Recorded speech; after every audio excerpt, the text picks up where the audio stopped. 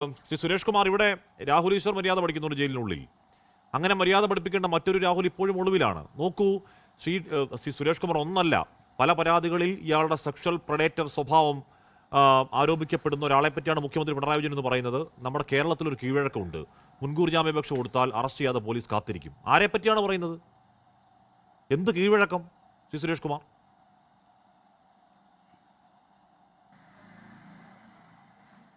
നോക്കുക, ഞാൻ അതിൽ കൃത്യമായി മറുപടി പറയാം. അതിനു മുമ്പ് രണ്ട് കാര്യങ്ങൾ. ഇവിടെ കോൺഗ്രസിൻ്റെ ഔദ്യോഗിക വക്താവും അനൗദ്യോഗിക വക്താവും വളരെ കൃത്യമായി ഇന്ദിരാഭവനിൽ നിന്നും തയ്യാറാക്കിയ ഒരു ക്യാപ്സ്യൂൾ യഥാസമയം അവർ പ്രയോഗിച്ചിട്ടുണ്ട്. ആ ക്യാപ്സ്യൂൾ ഇപ്രകാരമാണ്: ശബരിമല വിഷയം മറയ്ക്കുന്നതിന് വേണ്ടിയിട്ടാണ് രാഹുൽ മാങ്കൂട്ടത്തിലിൻ്റെ വിഷയം CPM-ഉം ഇടതുപക്ഷ ജനാധിപത്യ മുന്നണിയും എടുത്തുയർത്തി കൊണ്ടുവരുന്നത് എന്നതാണ് അവർ പറഞ്ഞു വെച്ചത്.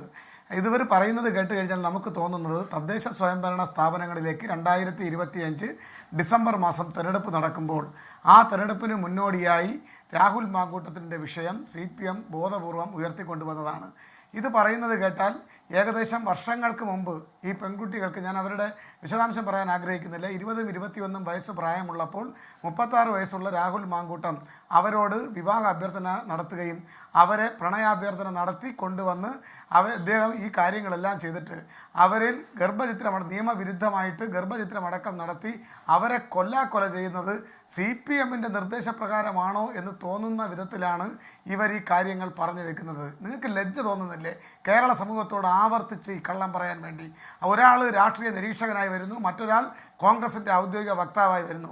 നിങ്ങൾ ആദ്യം നിങ്ങളോടൊപ്പമുള്ള ഇയാൾ കോൺഗ്രസിൻ്റെ പ്രവർത്തകനായിരിക്കുമ്പോൾ തന്നെ ഇദ്ദേഹത്തെക്കുറിച്ച് നിരവധി പരാതികൾ, ഞാൻ അതിൻ്റെ വിശദാംശങ്ങളിലേക്ക് കടക്കാൻ വേണ്ടി ആഗ്രഹിക്കുന്നില്ല, സ്വന്തം പാർട്ടിയിൽപ്പെട്ട പ്രധാനപ്പെട്ട നേതാക്കന്മാരുടെ വീട്ടിൽ സൗഹൃദ അന്തരീക്ഷത്തിൽ നേതാവിനെ കാണാനെന്ന വ്യാജേന ചെന്നിട്ട് ഇദ്ദേഹം കാട്ടിക്കൂട്ടിയ വിക്രിയകളെ സംബന്ധിച്ച് ചില കാര്യങ്ങൾ പുറത്തു വന്നിട്ടുണ്ട്. അതിൻ്റെ വിശദാംശങ്ങളിലേക്ക് ഞാൻ ഒരു കാരണവശാലും കടക്കാൻ വേണ്ടി ആഗ്രഹിക്കുന്നില്ല.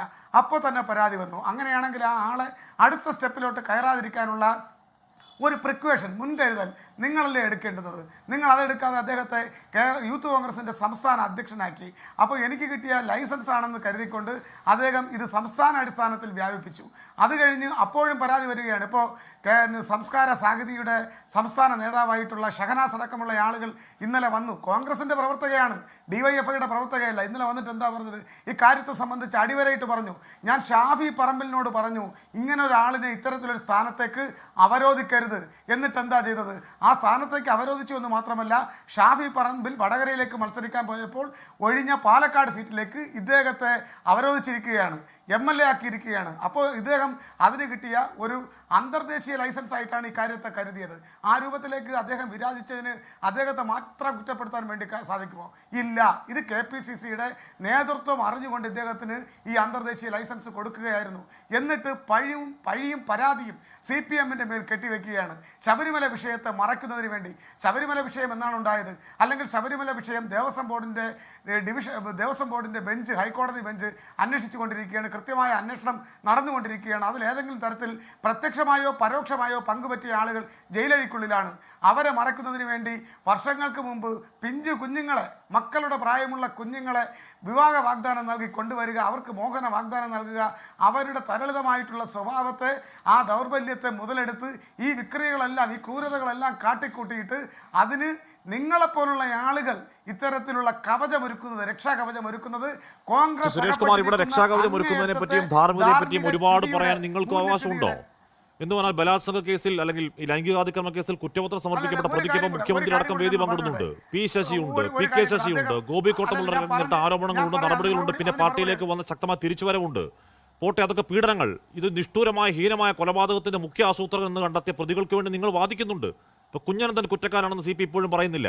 ഷാഫിയുടെ കല്യാണം നടത്തി കൊടുക്കാൻ പോയ AN ഷംസീർ നടപടി തെറ്റാണെന്ന് ഇപ്പോഴും പറയുന്നില്ല. അതുകൊണ്ട് ഈ ധാർമ്മികതയെ പറ്റി ഒരുപാട് വാചാലമാവാൻ നമുക്ക് ആർക്കും അവകാശമില്ല. ശ്രീ സുരേഷ് കുമാർ, ഒരു പരിധി കൂടുതൽ. അല്ല, നമ്മളിപ്പോഴും ചെയ്തുകൊണ്ടിരിക്കുന്നത് ഇത്തരം കാര്യങ്ങൾ രാഹുൽ മാങ്കൂട്ടത്തിനെ പോലുള്ള ആളുകളെ ന്യായീകരിക്കുന്നതിന് വേണ്ടി, അല്ലെങ്കിൽ അദ്ദേഹത്തെ പോലുള്ള ആളുകളെ ഇത്തരം കാര്യങ്ങളിൽ നിന്ന് കുറ്റവിമുക്തനാക്കുന്നതിന് വേണ്ടി മറ്റ് കേസുകൾ എടുത്തിട്ട് സാമാന്യവൽക്കരിക്കുന്ന ഒരു സമീപനം പലപ്പോഴും അറിഞ്ഞോ അറിയാതെയോ അവതാരകരുടെയും അദ്ദേഹത്തെ പിൻപറ്റി വരുന്ന ആളുകളും നടത്തുന്നുണ്ട്. ശ്രീകുമാർ ഒരു കാര്യം ഇവിടെ സൂചിപ്പിച്ചു. അദ്ദേഹം പറഞ്ഞത് മുഖ്യമന്ത്രി അജണ്ടയില്ലാതെ ഉഴറുകയാണ് എന്നാണ് അദ്ദേഹം പറഞ്ഞത്. ഞാൻ ഒരു കാര്യം അദ്ദേഹത്തോട് അദ്ദേഹത്തോട് ചോദിക്കട്ടെ, ഈ തദ്ദേശ സ്വയംഭരണ സ്ഥാപനങ്ങളിലേക്ക് നടക്കുന്ന തെരഞ്ഞെടുപ്പിന് മുന്നോടിയായി കൃത്യമായ അജണ്ട മുന്നോട്ട് വെച്ച രാഷ്ട്രീയ പ്രസ്ഥാനം ഇടതുപക്ഷ പുരോഗമന രാഷ്ട്രീയ പ്രസ്ഥാനമാണ്. സംശയമുണ്ടോ നിങ്ങൾക്ക്? കേരളത്തിലൊരു അജണ്ട കൃത്യമായി ചർച്ച ചെയ്യുന്നതിന് വേണ്ടി പെൻഷൻ പ്രായം വർദ്ധിപ്പിച്ചുകൊണ്ട് 35-നും 60-നും വയസ്സിന് പ്രായമുള്ള യുവതികൾക്ക് സാമ്പത്തിക അലവൻസ് നൽകിക്കൊണ്ട്, അതുപോലെ തന്നെ അംഗനവാടി, ആശാ വർക്കർ, ഹരിതകർമ്മസേന, പാലിയേറ്റീവ് നഴ്സുമാരുടെ അവർക്കെല്ലാം കിട്ടിക്കൊണ്ടിരുന്ന വേതനം വർദ്ധിപ്പിച്ചുകൊണ്ട്, ഈ കുടുംബശ്രീക്ക് പ്രവർത്തിക്കുന്നതിന് വേണ്ടി സാമ്പത്തിക സഹായം നൽകിക്കൊണ്ട് കൃത്യമായിട്ടുള്ള അജണ്ട മുന്നോട്ട് വെച്ചു. നിങ്ങൾ എന്താണ് ആ അജണ്ട ചർച്ച ചെയ്യാതെ നിങ്ങൾ ചെയ്ത കാര്യമെന്ന് പറയുന്നത്? വളരെ കൃത്യതയോടുകൂടി ശബരിമല വിഷയത്തിലേക്ക് ഇവിടെ സംഭവിച്ചത് ദേശീയപാത വികസനം നടത്തി. കൃത്യമായ അജണ്ട മുന്നോട്ട് വെച്ചിട്ടുണ്ട്. അത് വികസന അജണ്ടയാണ്, വികസന കാഴ്ചപ്പാടാണ്, ഒരു സർക്കാരിന്റെ വികസന കാഴ്ചപ്പാടാണ്. അത് ഏത് സന്ദർഭത്തിലായിരിക്കണം എന്നുള്ളതിനെ സംബന്ധിച്ചുള്ളത് സർക്കാരിന്റെ വിവേചന അധികാരമാണ്. നിങ്ങളും പല കാര്യങ്ങളും ചെയ്തിട്ടുണ്ടല്ലോ, എന്നിട്ട് നിങ്ങളുടെ സ്ഥാനം എവിടെ പോയി? ജനങ്ങൾക്ക് അത് അല്ല, ക്ഷേമ പെൻഷൻ ഇപ്പോഴും ജനങ്ങൾക്ക് കിട്ടിക്കൊണ്ടിരിക്കുകയാണല്ലോ. ആ പെൻഷൻ വാങ്ങുന്ന ജനങ്ങൾ നന്ദിയും സ്നേഹവും കടപ്പാടും ഈ സർക്കാരിനോടുണ്ടെങ്കിൽ അവരത് ചെയ്യട്ടെ.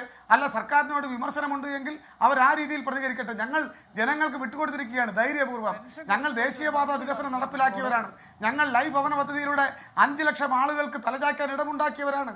ഞങ്ങൾ പൊതുവിദ്യാലയങ്ങളെ സംരക്ഷിച്ച് ഇന്ന് ഏറ്റവും മെച്ചപ്പെട്ട അധ്യാപന രീതി പൊതുവിദ്യാഭ്യാസ മേഖലയിൽ നടപ്പിലാക്കിയവരാണ്. ഇങ്ങനെ എണ്ണിയാൽ ഒടുങ്ങാത്ത വികസന പ്രവർത്തനങ്ങൾ കേരളത്തിൽ സാധ്യമാക്കിയവരാണ്. അവിടെയാണ് ഇത്തരത്തിലൊരു വിഷയം വരുമ്പോൾ എന്തായിരുന്നു രാഹുൽ ഈശ്വർ? ഞാൻ അദ്ദേഹത്തെ വ്യക്തിപരമായി അധിക്ഷേപിക്കാനൊന്നും ഈ അവസരം വിനിയോഗിക്കുന്നില്ല. അത് ശരിയല്ല എന്നൊരു തിരിച്ചറിവ് എനിക്കുണ്ട്. എൻ്റെ പ്രസ്ഥാനം പഠിപ്പിച്ചതാണത്. അദ്ദേഹം 2 വിരൽ ഉയർത്തി കാണിച്ച ആവാസങ്ങളൊക്കെ നമ്മൾ ഓരോരുത്തരും കണ്ടതാണ്. എന്തെല്ലാം രീതിയിലാണ് ഒരു പെൺകുട്ടിയെ, ആരോ ആയിക്കൊള്ളട്ടെ, കള്ളി കള്ളി കള്ളി എന്ന് വിളിച്ചുകൊണ്ട് നവമാധ്യമത്തിൽ എന്തുമാവാമെന്ന തോന്നിയാസം നടത്തിയ ഇരുമ്പഴിക്കുള്ളിലാണ്. അവിടെ കിടന്ന് വാവിട്ട് കരയുകയാണ്. എല്ലാ കാര്യങ്ങളും ഇതുപോലെ പറയുന്ന പോലെ അത്ര എളുപ്പമല്ല എന്ന് രാഹുൽ നന്നായി മനസ്സിലായി. ഭക്ഷണം കഴിച്ചോളാവേ എന്ന് പറയാണ്. ലോകത്തെവിടെയായാലും ഏത് സമയത്തും 24 വാർത്തകളും ഓഗ്മെന്റഡ് റിയാലിറ്റി പാക്കേജുകളും എക്സ്പ്ലെയിനറുകളും വിശദമായി കാണാൻ ഞങ്ങളുടെ യൂട്യൂബ് ചാനൽ നിങ്ങൾക്ക് സബ്സ്ക്രൈബ് ചെയ്യാം.